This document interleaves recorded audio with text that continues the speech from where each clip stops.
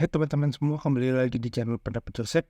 Hari ini saya akan melakukan review singkat pertandingan Genoa versus Roma yang akan diselenggarakan besok jam 6 sore. Salah satu pertandingan tersorek waktu Indonesia.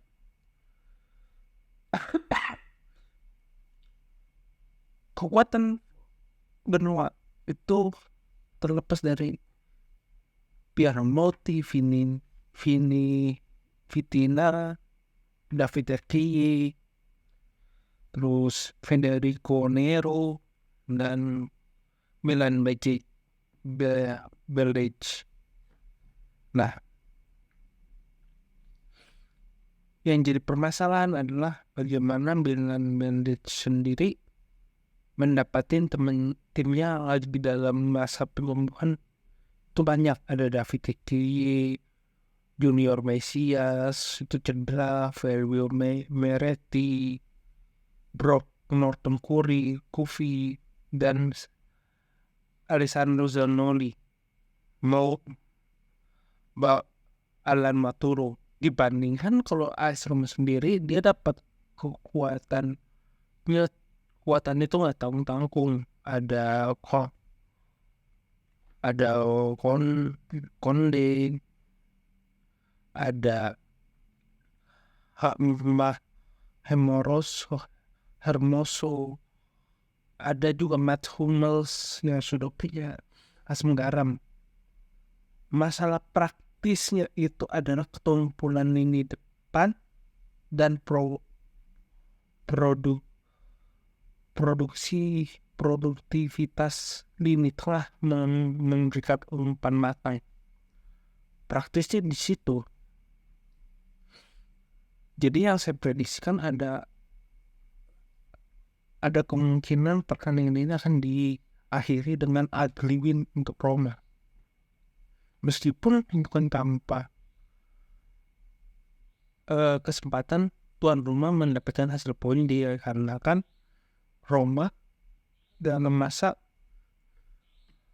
konflik karena Zalewski dibekukan karena dia menolak tawaran pindah dari PSV Eindhoven sama Galatasaray. Walaupun kalau kita bedah lagi, Zalewski juga mungkin rada mangkal sekali dengan manajemen Roma.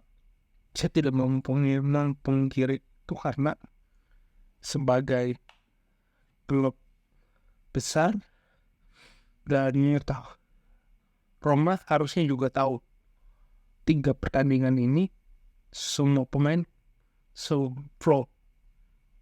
Kenapa satu dan 2 pemain dipersalahkan, baik secara media, secara manajemen, tetapi pemain yang lain tidak dipersalahkan.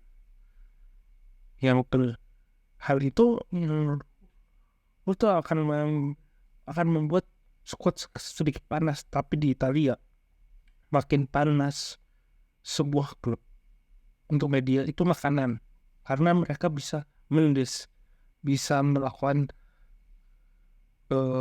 framing terhadap klub ini. Kenapa Roma main terima aja di framing seperti itu? Jadi salah satu kekuatan benua adalah yang melakukan hal yang bisa dimaksimalkan, bermain lebih bertahan, opsi terbaik untuk menahan gaya pemain Roma yang akan lebih menyerang. Itu akan membuat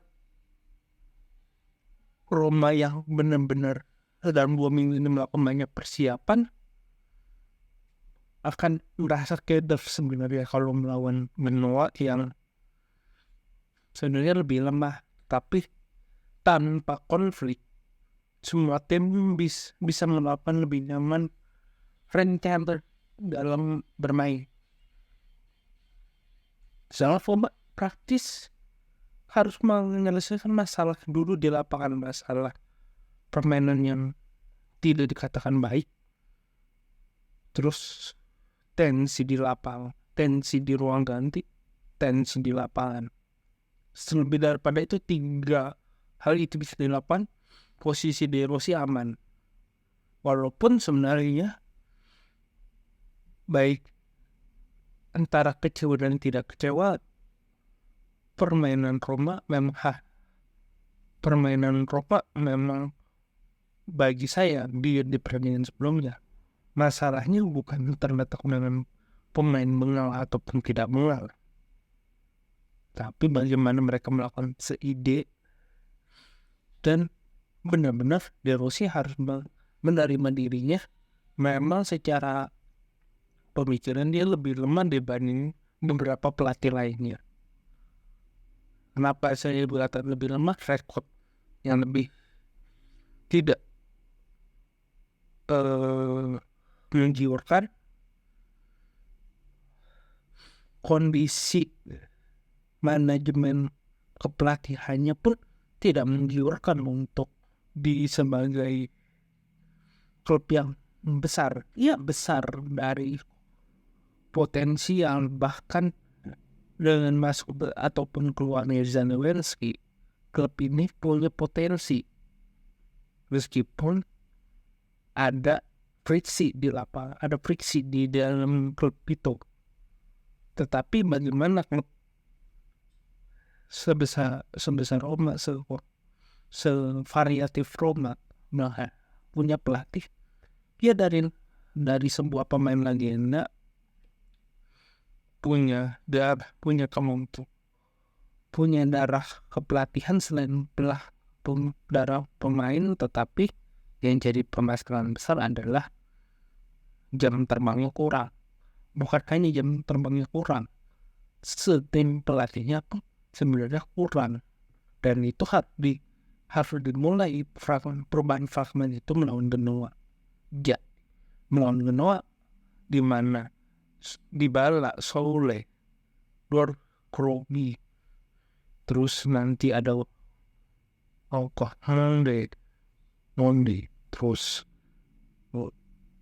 El Shaarawy, pemain bertipe menyerang, terus harus menunjukkan usaha mereka tanpa pemain benar pun bisa bermain positif. Walaupun saya di satu sisi orang bukan itu. Mungkin sekian dari saya, kurang lebih mohon maaf. Jika suka silakan like video ini, subscribe pendapat Joseph. Jika ada kritik saran tulis komentar. Jika ada keinginan berinvestasi, silakan klik link Saweria di deskripsi. Terima kasih.